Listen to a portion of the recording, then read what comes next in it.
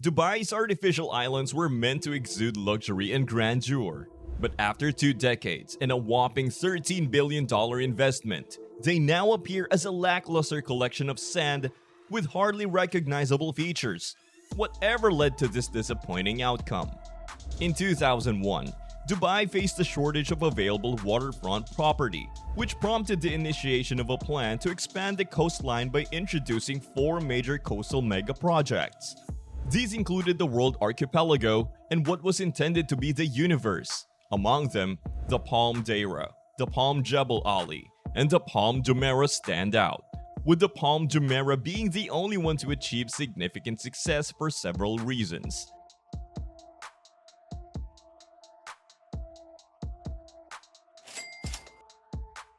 To start, the Palm Jumeirah was the first to be constructed, completed in 2006 before the global financial crisis hit. It had the advantage of being the smallest and most accessible among the 4 projects. Situated near the already upscale Al Sufu area in Dubai, the planning of the Palm Jumeirah was meticulous, featuring a balanced mix of residential and commercial properties, making it a self-sufficient community with amenities for its residents. Nevertheless, challenges arose soon after its completion. Reports from the New York Times revealed that not only the Palm Jumeirah, but also the 3 other mega projects were gradually sinking into the ocean at a rate of 5 millimeters annually. An article speculated that the sand dredged from the ocean floor might not adequately support the weight of man-made structures and vehicles. Nakheel Properties, the developer, defended the integrity of the palm, asserting that if there were subsidence, it would manifest in visible cracks and windows popping out, which they had no evidence of. In response, they even took legal action against the builder, Penguin Marine, who argued that erosion could be eroding the islands over time. Additionally, there's a problem related to the water. The 3 artificial palm islands were designed with crescent-shaped barriers on their outer sides, intended to shield the residential areas within from the open ocean. However, this design has led to water circulation issues, effectively transforming the open sea into a stagnant lake confined within these crescents. Furthermore, a study released in 2022 delved into the impact of the Palm Jumeirah Island's construction on the quality and temperature of the surrounding water. The findings revealed a permanent alteration in both water quality and temperature, raising further environmental concerns among the public. Back in the early 2000s, when the island construction began, environmental concerns weren't as significant as they are today. The islands were constructed by moving 94 million cubic meters of sand from the seafloor, displacing marine life in the process. A study by Duke University in 2006 examined the impact of the islands on marine wildlife, revealing that Palm Jumeirah had buried and suffocated wildlife, increased water cloudiness, altered the movement of sediment along the shore, and completely changed wave patterns on the mainland.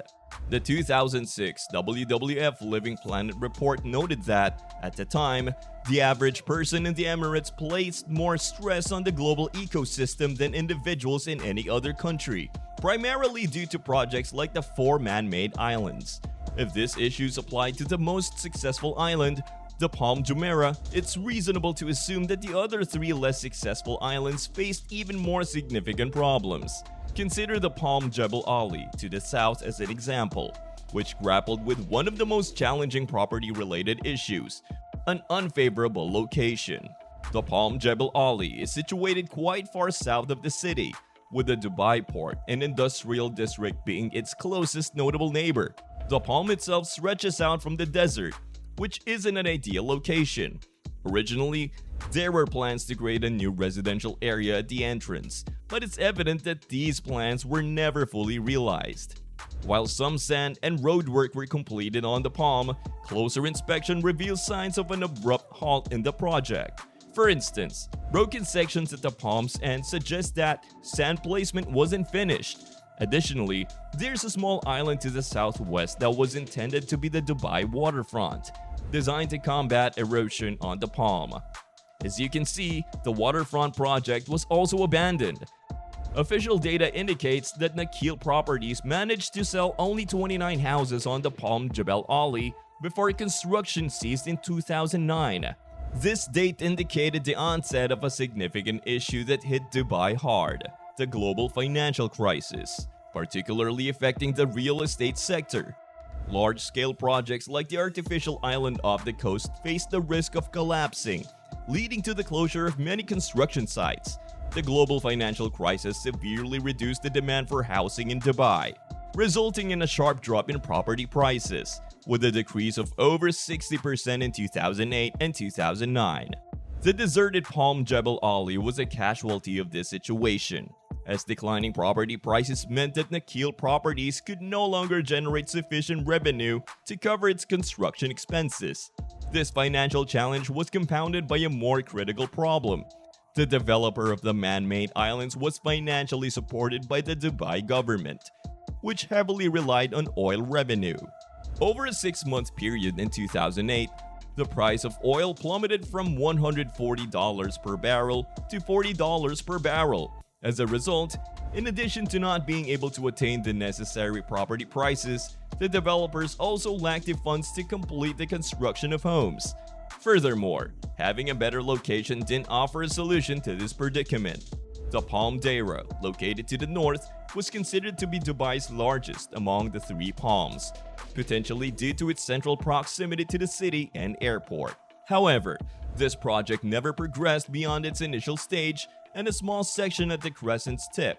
Consequently, in 2013, the project underwent rebranding as the Deira Islands, with the aim of utilizing the partially constructed area to incorporate 80 hotels, multiple residential towers, and a golf course. The project is expected to align with Dubai's 2014 master plan, possibly completing before the most problematic of the 4 man-made islands, the World. The 2003 promotional video for the World portrayed it as a paradise offering unparalleled opportunities and an impressive array of retail venues for residents and visitors.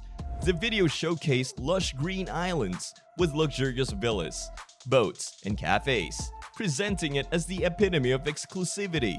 However, this perception is likely due to the fact that very few people desire to be there. In reality, the island's appearance is far from impressive.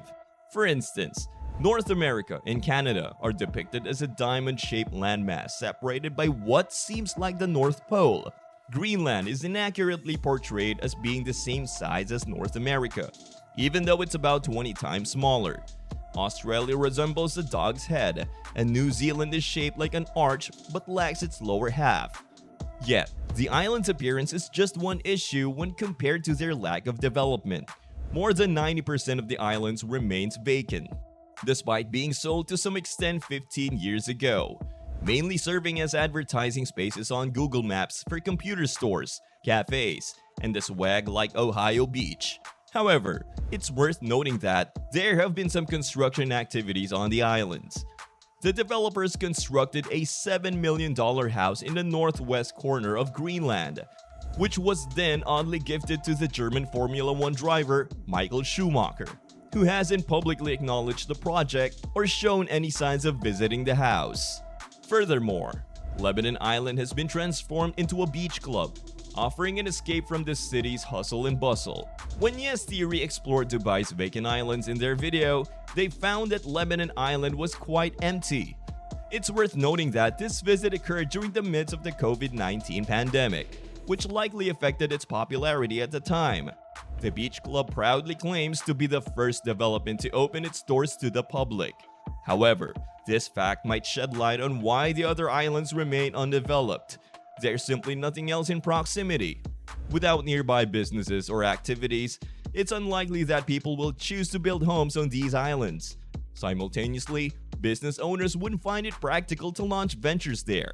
Given the remote location, any potential customers for such businesses would likely to be those already residing on the islands, as it's inefficient for mainlanders to take a boat and travel all the way to the islands just to make a purchase. Additionally, it's challenging to envision what kind of business would thrive in the middle of the ocean with no other nearby establishments. What's even more astonishing is that Nakheel Properties intends to embark on another ambitious project called the Universe. set to develop additional islands around the world between 2023 and 2028. This plan might seem quite bewildering, considering the lack of success achieved with the existing islands. A Reddit user, however, had an alternative theory regarding why these projects face difficulties. I believe that when the master developer sold these islands, it wasn't merely a matter of purchasing a piece of land in the sea.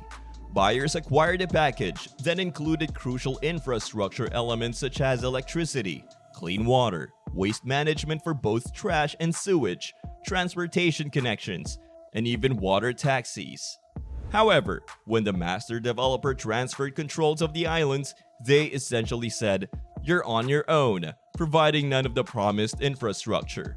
Consequently, the reason so few developments occurred on these islands is that now the customers must establish their own power plants, desalination facilities, sewage treatment, waste disposal solutions, and organized transportation for their visitors. For most developers, this proves challenging due to the lack of experience, resources, or capability to undertake all these tasks. Their only alternatives are to abandon the projects or attempt to find new buyers for the islands. Given the current circumstances, finding interested buyers seems unlikely. Despite these challenges, a high-end hotel complex named the Heart of Europe has recently been finished on the European islands within the world. This hotel boasts incredibly unique features like a snow room, an expansive sauna, and even an underwater bedroom. Strangely, this serves as an indicator of some level of success for the project.